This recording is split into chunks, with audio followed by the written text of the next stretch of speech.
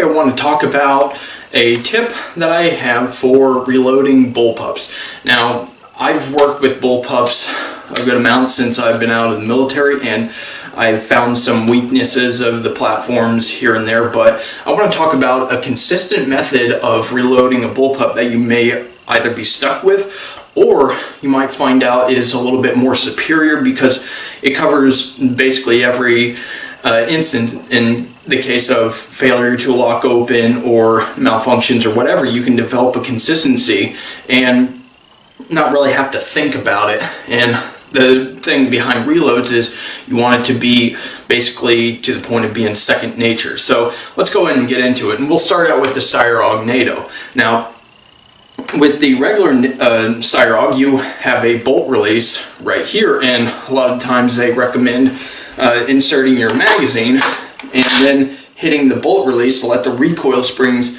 work for you. And this rifle demands that not only you manually charge it, but also you need to keep in mind you do not want to ride any gun. If you manually charge it, you do not want to ride it forward. You want to let it go and let the recoil spring do all the work. So I'll go ahead and demonstrate that here. I have a magazine with one snap cap in it, and if you're going to practice this and if you're not on the range, obviously you don't want to do this with ammo even if you intend not to shoot it. So we'll go ahead and do this here. So I'm shooting, mushy trigger, and now you eject the magazine. At least with the Styro, you use your thumb, and then you grab your next magazine and rip it back. You want to be manhandling this rifle, and you want to do an underhand for this rifle, and then you're pretty much good to go. Now let's go ahead and look at another bullpup, the Tavor, which has a little bit of a different manual of arms, which a lot of people consider to be a little bit more intuitive. Okay, so with the Tavor, what you're going to find is that with the bolt release right here, on the X95 in particular, you're probably going to find that the bolt release is very sensitive. I sure found that out for myself. And a lot of people like this so they can do quicker reloads, and they have a button up here. They can do a lot quicker reloads and hit it with their thumb. But with this Tavor, I find it to be a lot better, so you're more intentional with hitting the bolt release instead of hitting it inadvertently, which I found myself doing with the X95. So with the Tavor, I actually prefer to manually charge it or release the bolt manually. And of course, releasing it, very much the same as the Styro. But what I found is that, again, we're going to demonstrate this with the snap cap, of course being safe.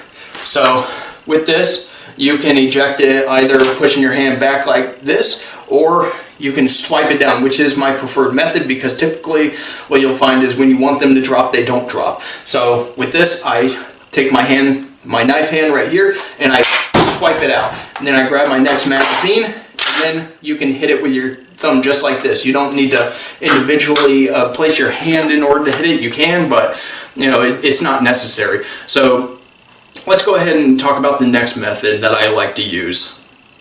Okay, the next method, the bolt is locked to the rear, and you know, I'm going to manually cycle it here, and you'll probably notice that it takes a fraction of the more time than it would just to hit the bolt release. But what I find is that reloads are not really necessary to, it's not necessary to be super fast with reloads other than in competition and such. In that case, you're going to have to practice not releasing the bolt accidentally before you insert the next magazine securely into the rifle. So with this, of course, you can sweep or just trigger it out, retain the magazine, whatever you wish, but I'll just swipe it out. I'll grab the next one and just release it like so. It's very simple to operate these rifles, but a lot of people get a little sensitive about the fact that they're changing from doing the magazines changes from here and pulling it into their workspace to basically being able to keep it in your shoulder and just put it in there. It's very intuitive to be able to work with everything right in your workspace here instead of having to pull it back into your workspace. You basically just get to keep it here, and this is probably the most ergonomic way to do it. You can turn it and you can elbow to stomach with it, and it's very intuitive to do this. So that's one of the reasons why I find the Bullpup to be a very good platform in order to be a little bit faster, more maneuverable. It has all the advantages of a regular 16-inch barrel AR style platform, but without a lot of the drawbacks of having to take time to put in your workspace to be a little more efficient and not have to sit there and find your space to put the magazine in. So that's really my tip for getting better with your reloads and being more consistent with a Bullpup rifle.